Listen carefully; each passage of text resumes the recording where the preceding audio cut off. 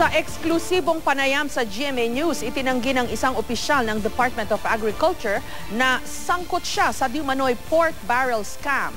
Handa rin daw siyang humarap sa anumang investigasyon.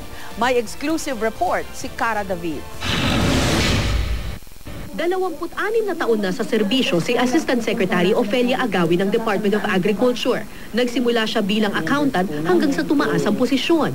Masama ang kanyang loob na nadadawit ang kanyang pangalan sa pork barrel scam at mga umano'y bogus NGO ni Janet Napoles. Wala raw siyang kinalaman dito. Wala po kaming itinatago, lahat po ng ginawa namin base lang po doon po sa pagpaprocess at pag-accredit.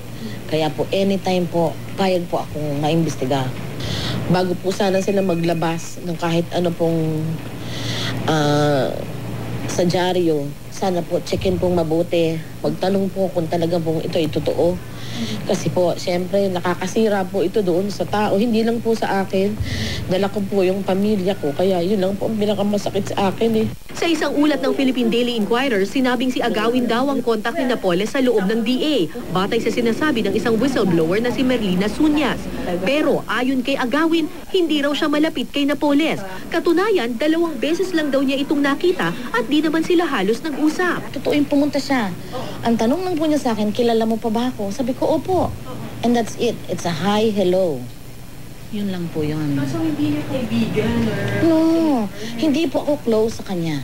Marami raw talagang bumibisitang tao sa kanilang opisina dahil siya ang chief ng Accreditation Committee ng DA. Dagdag pa ni Agawin, dumaan daw sa masusing investigasyon ng Foundation ni Napoles na kaupdanan para sa Mangunguma Incorporated o KPMI, kaya raw nila binigyan ito ng accreditation.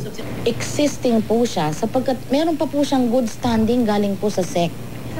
Hindi ko nga po maintindihan kung bakit po nasabing bogus. At hindi ko rin po naintindihan kung bakit nga po ako nasama. Siguro nga po, gawa po ng ako yung chairman po ng Accreditation Committee. Kasi as far as you're concerned? As far po as I am concerned, base po sa accreditation, sila po ay lehitimong foundation.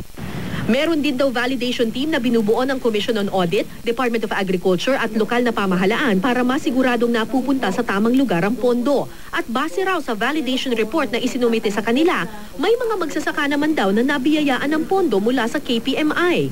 Base po doon sa kanilang sinampling, ito po naman ay merong delivery. Ibig sabihin may napuntahan naman na perang Meron po. At yan po ay mapapatunayan namin sapagkat po mismo po yung barangay, nagsicertify po sila na ito pong mga taong ito ay residente ng kanilang munisipyo at sila po ay nakatanggap. Pero ang foundation na ito ang isa sa mahigit 10 foundation at NGO na kasama sa special audit ng COA. Questionable raw ang naturang foundation dahil di sapat ang isinumiting liquidation report at mga requirement nito para makatanggap ng pondo mula sa gobyerno. Sabi ni Agawin, handa siyang humarap sa anumang investigasyon o lifestyle check para patunayang hindi siya kasabwat sa scam. Nauna nang sinabi ng abogado ng mga whistleblower na wala silang intensyong idawit si Agawin sa issue. Ayon kay Attorney Levito Baligot, nagkataon lang na si Agawin ang pumipirma sa mga papeles kaya nabanggit ang kanyang pangalan. Pero batid nilang wala raw itong kinalaman kay Napoles. Si Agawin ay minsang nadawit na sa fertilizer fund scam kasama si dating Undersecretary Jokjok Bulante. Pero napawalang sala siya ng ombudsman sa asuntong ito. Cara David, GMA News.